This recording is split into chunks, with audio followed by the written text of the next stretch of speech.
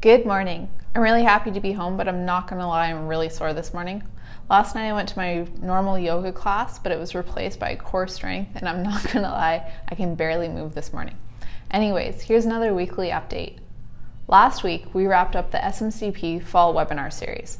And a lot of people wonder why we put so much time and effort into building this webinar series. So I thought I'd share from the very beginning. About 3 years ago, I approached Verona at the Saskatchewan Economic Development Association about the idea of a pilot project to help communities really launch a boots-on-the-ground approach to business succession planning. It's no secret to everyone that small businesses are the health to the Canadian economy, and we wanted to make sure that with the rise of baby boomers, that everyone had access to good advice on their succession planning.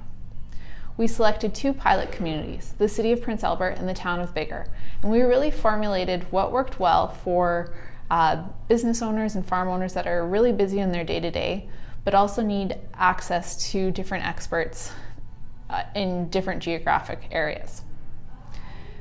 In-person workshops work really well for some demographics, but when people are spread out or if they're concerned about privacy, they're more likely to access a webinar series.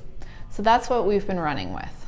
Twice a year, we run a 15-session webinar series from everything from legal consideration to HR before, during, and after the transition. We invite industry experts to share a 30-minute presentation on their subject matter, and business and farm owners have an opportunity to ask them questions and set up their own plan.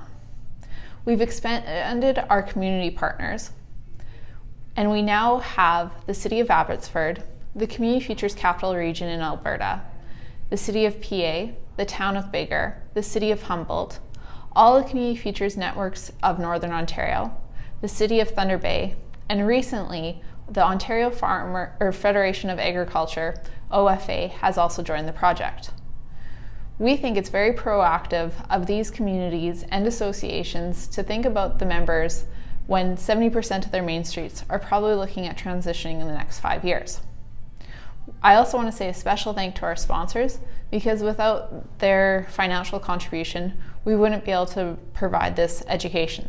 So A1 Accounting Group in Saskatoon, BDC, ESOP Builders, Shea Neerland Law in Calgary, Uyghurs Financial in Saskatoon, and Succession Matching puts a lot of time and effort at our staff level.